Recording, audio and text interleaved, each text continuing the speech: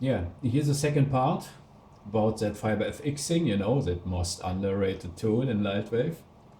So if you have create your hairline, yeah, your shape from your hair, I mean that line here, yeah. So if you mean that's that's the shape from the hair, and you have that all, then you can create, yeah, for example, three different layers. And the main layer is your main hair.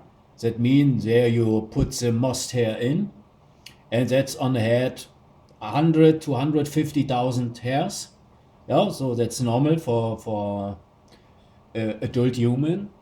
And what I do then is to build two layer more, and you see it there. I have the layer of other colors. One is red, another is blue, and for that I use only 5,000 hairs.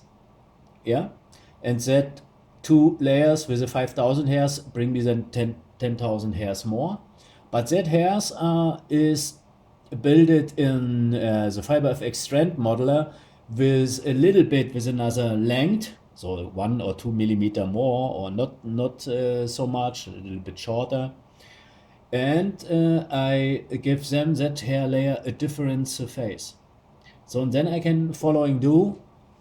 If I work then with Octane, for example, I have 3 hair layers with different hair thickness, and I have then the possibility to shade the extra layers with the hairs a little bit in another color.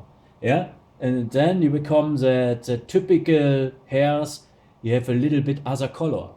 Yeah, and then that make it then real if you look at it. Yeah, so not every hair have then the same hair length and the same surface, so all is a little bit in variation about the thickness and the surfacing, and then you can create a really realistic hair.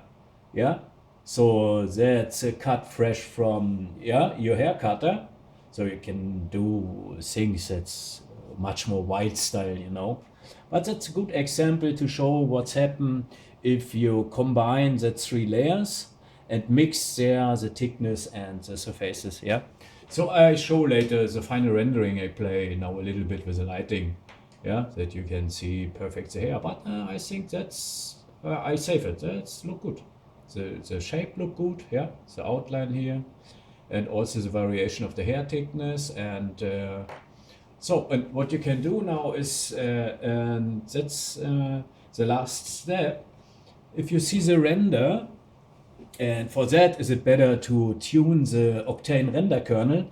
For that, you need a minimum for the ray epsilon from 40 macrometers. And the thing is that if a hair is 100 macrometers on the root, and on the tip is it 40 macrometers or 60 or so, is it good to say to the render, hello, I have the geometry that's thinner than the default, what you have to, for example, in the pest tracing kernel.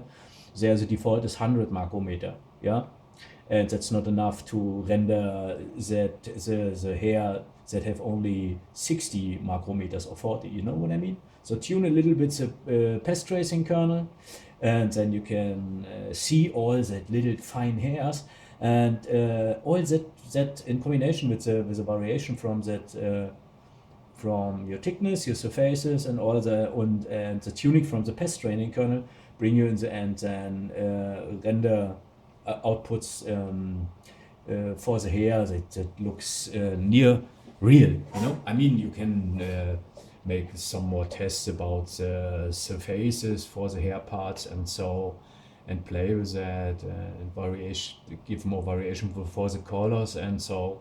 So that's the thing. Everybody see hair a little bit in another way, but that's the principle, yeah. In what way you can do it in some minutes, yeah, in LightWave, not in 2 days or so.